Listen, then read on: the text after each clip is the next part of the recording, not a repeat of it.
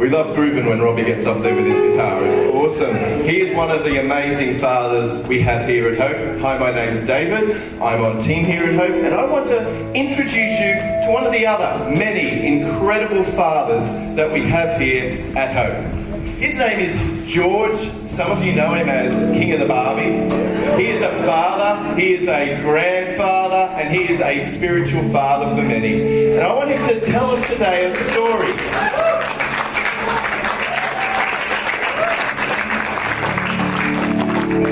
About how God moved in his life. So, George, welcome.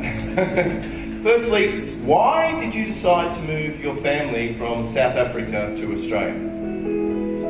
Well, David, things weren't good there. You know, we lived in Johannesburg. It was like the crime city. You know, there was a lot of violence, and just was not a safe place anymore. And I just said to my kids, they got to get out, you know, they must go look for a better future.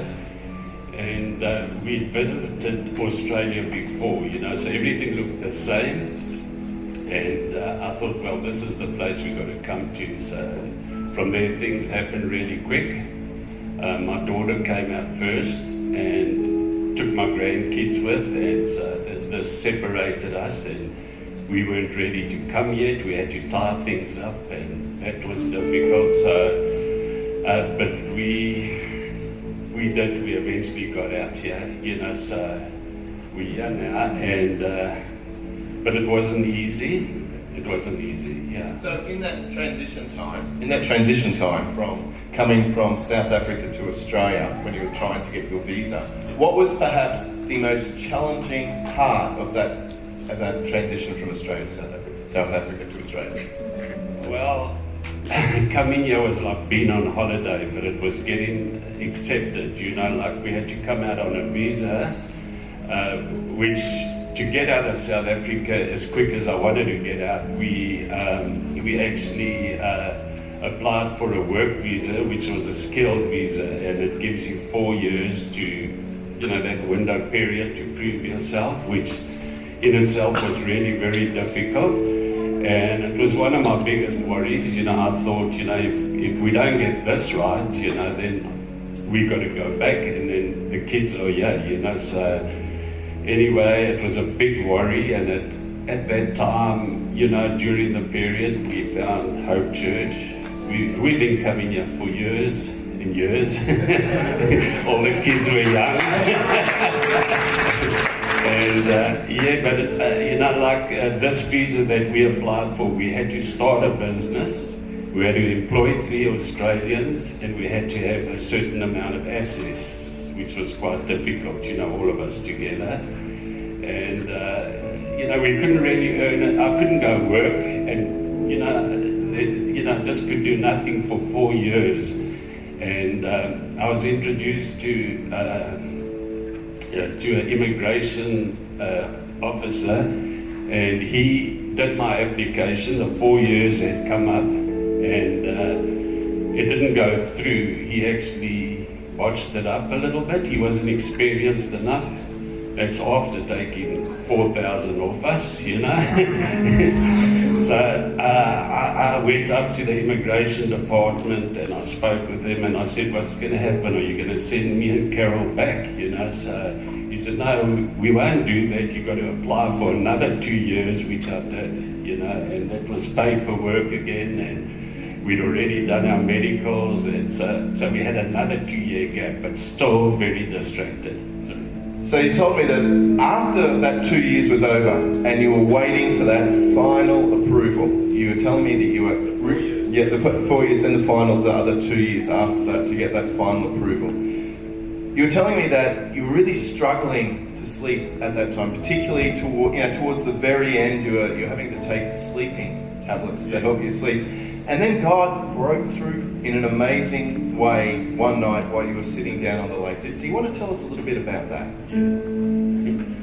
Okay, that was after coming back from Brisbane and seeing the immigration lady, and my immigration lady and them in the department were like arguing and they couldn't get my thing right. It just wasn't stacking up, you know, because of figures. And she threw her hands up and said, "What are we going to do with you?" And that's how I left, you know. So they were going to put it in, and I didn't know what the outcome would be. So that night I didn't want to show, you know, that I was really worried. And like I say, before that I was on sleeping pills. I couldn't sleep. I'd sleep for an hour and wake up sweating and worrying and this and that, and just not functioning, you know. So that evening I actually went down to the lake here, and I had my dog with me. It was about 9:30, and I just had nobody I could talk to, you know. And it was that night.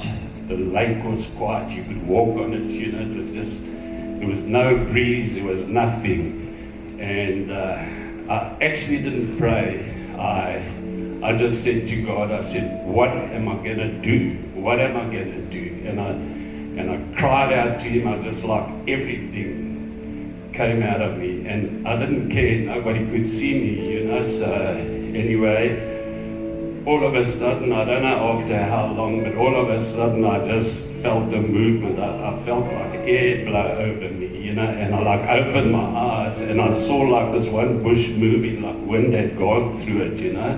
Not like the burning bush or anything, but it was like, it meant for me, you know what I mean? I really felt that.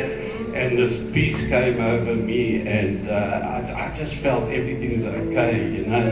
And I went home, and I slept like a baby, and I've been sleeping like that ever since. And I don't know how this worked out, but you know, when they say God can do immeasurably more, He did. 3 days later, I'm in my car with a friend, and the phone goes. And it's the immigration lady. She says, "Your papers have come through. You're a resident, you know."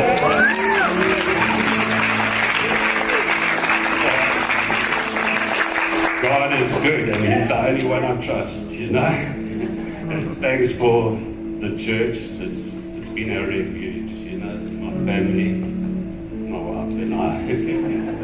Is there any last encouragement you'd like to share with us? Thank you so much for that story. God just broke through in an incredible way. Is there any last encouragement you'd like to share just before we sing about how good our Father is?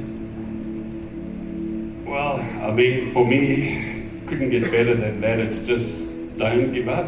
Don't give up. Just, He's always there. And looking back at the people He put in my way, you know, not everybody was good people. Some were good, but the people who helped me get where we got, it's like a puzzle came together. I couldn't plan that. It just happened. It fell into place. And that's God, you know, so be encouraged by that. Thanks a lot, George. That's an awesome story about how God...